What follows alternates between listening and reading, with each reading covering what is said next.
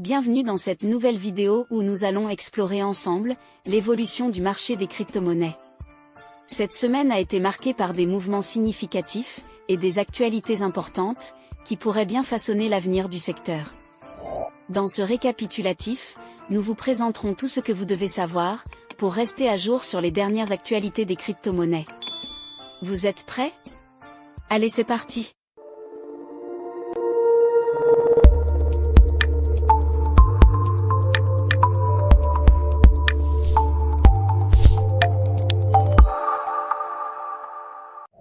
Jusqu'à présent cette année, 2 ETF cryptographiques ont été approuvés. Malgré un début assez lent pour Ethereum, Bitcoin a prospéré, attirant l'attention de nombreux investisseurs. Désormais, toutes les spéculations portent sur la prochaine crypto-monnaie, qui pourrait recevoir le feu vert des régulateurs.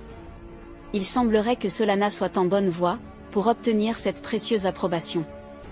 Selon Matthew Sigel, directeur de la recherche sur les actifs numériques, chez VanEck, une troisième crypto-monnaie pourrait bientôt suivre le même chemin. Il affirme que l'approbation d'un ETF Solana aux États-Unis est inévitable, surtout après la récente autorisation obtenue au Brésil. MetaMask, le développeur de portefeuilles cryptographiques, se prépare à lancer une carte de débit blockchain innovante, créée en partenariat avec Mastercard. Présentée comme la première carte de débit Mastercard mondiale, permettant de dépenser directement depuis votre portefeuille personnel, cette carte MetaMask promet de révolutionner l'utilisation des crypto-monnaies. Ce projet représente une avancée significative dans l'intégration de la technologie blockchain dans la vie quotidienne. En effet, il vise à réduire les obstacles entre la possession de crypto-monnaies et leur utilisation pour des dépenses courantes. Selon un communiqué de presse, une version pilote de cette carte sera initialement déployée pour un groupe restreint d'utilisateurs dans l'Union européenne et au Royaume-Uni. L'équipe derrière Shiba Inu a enfin présenté sa feuille de route très attendue. Lucy, la responsable marketing de SHIB, a pris la parole sur X pour révéler des teasers de plusieurs nouvelles offres Shiba Inu qui pourraient potentiellement propulser le prix du SHIB à 0,1 $. Dans plusieurs publications partagées par Lucy sur X, elle a informé les utilisateurs de SHIB des évolutions à venir au sein de l'écosystème Shiba Inu. L'équipe prévoit de lancer plusieurs produits innovants, parmi lesquels SHIB Social, SHIB Défi et SHIB Marketplace. Découvrez et échangez des actifs numériques uniques sur le marché Shibarium NFT. Possédez des objets de collection numérique, des œuvres d'art et bien plus encore, le tout stocké en toute sécurité sur la blockchain. Lucy a également partagé des détails sur SHIB Défi. La bande-annonce présentée comprenait des informations sur la gestion d'actifs et le jalonnement de nouvelles offres de produits, destinées à stimuler la croissance future de Shiba Inu. Gérez vos actifs, misez des jetons et explorez divers services financiers, dans un environnement sécurisé et décentralisé. Ensuite, Lucy a introduit SHIB Social, une plateforme permettant aux utilisateurs de se connecter et d'interagir dans un nouvel espace social basé sur le web. Créez votre profil et rejoignez le réseau social propulsé par Web3, partagez vos idées, suivez vos amis et engagez-vous avec la communauté, dans un environnement décentralisé. La responsable marketing de SHIB a souligné que son équipe travaille depuis longtemps sur ces projets afin de renforcer la présence et l'influence mondiale de SHIB. Elle a également mentionné que la feuille de route est soigneusement planifiée pour offrir des résultats optimaux. Le 15 août, Floki a été désigné comme le partenaire officiel de crypto-monnaie de l'équipe de Premier League, Nottingham Forest. Dans les prochaines semaines, Apple ouvrira l'accès à son système Tap to Pay via le Near Field Communication NFC à des acteurs tiers.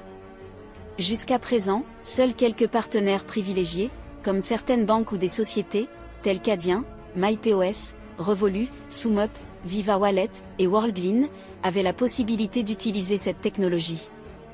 Avec cette nouvelle initiative, les entreprises de l'écosystème crypto pourront désormais proposer des paiements Tap and Go à l'aide de leurs tokens. Circle, l'entreprise derrière le deuxième stablecoin le plus capitalisé du marché, l'USDC, s'est empressée de saisir cette opportunité. Jérémy Allaire, le PDG de Circle, a annoncé sur X que les utilisateurs d'iPhone pourront prochainement utiliser la fonction Tap to Pay pour effectuer des paiements en USDC. En décembre dernier, Binance et 8 autres plateformes d'échange de crypto-monnaies ont été bloquées en Inde. La Financial Intelligence Unit, FIU, du pays avait accusé la plus grande plateforme d'échange de crypto-monnaies d'exercer ses activités de manière illégale. La même accusation avait été formulée par la FIU à l'encontre de HTX, KuCoin, Kraken, Get.io, Bitrex, Bitstamp, Mex Global et Bitfinex, entraînant l'arrêt de leurs opérations dans le pays. Cependant, en mai dernier, Binance a annoncé avoir payé une amende de plus de 2 millions de dollars et s'être enregistré auprès de la FIU, une démarche essentielle pour pouvoir à nouveau offrir ses services liés aux crypto-monnaies en Inde. Aujourd'hui, quelques mois après cette annonce, Binance a officialisé son retour en Inde. Le site web de la plateforme d'échange de crypto-monnaies est à nouveau accessible aux citoyens indiens. De plus, son application mobile est de nouveau disponible sur le Google Play Store et l'App Store, en Inde. Le 15 août, à peine 9 jours après avoir soumis une demande à la Security and Exchange Commission, SEC, pour autoriser la négociation sur l'ETF Ethereum Spot proposé par BlackRock, le Nasdaq a finalement changé d'avis. L'opérateur boursier américain a retiré ses deux propositions, initialement en faveur du trading d'options, pour deux ETF de BlackRock, l'un basé sur le Bitcoin, et l'autre sur l'Ethereum. Cette semaine, le Nasdaq n'est pas le seul à avoir fait marche arrière. MIAX, MIAX Pearl, BOX Exchange, et le New York Stock Exchange Arca, ont également retiré leur demande de négociation, d'options pour les ETF basés sur les crypto-monnaies. Ces propositions avaient été déposées depuis plusieurs semaines, voire plusieurs mois. Avec ces options de trading, les bourses espéraient permettre aux investisseurs d'acheter ou de vendre des ETF à un prix fixe sur une période définie. Cela aurait aidé à stabiliser le prix et donné aux investisseurs le temps de réfléchir avant de prendre une décision. Malgré ces retraits, James Seffar, analyste chez Bloomberg Intelligence, reste confiant. Il pense que plusieurs bourses américaines, dont le Nasdaq et le NYSE Arca, vont probablement déposer de nouvelles propositions pour la cotation et les options de trading sur les ETF dans un futur proche. Merci d'avoir suivi ce récapitulatif des actualités crypto de la semaine. N'oubliez pas de vous abonner pour ne rien manquer des prochaines vidéos comme celle-ci. Prenez soin de vous et à la prochaine.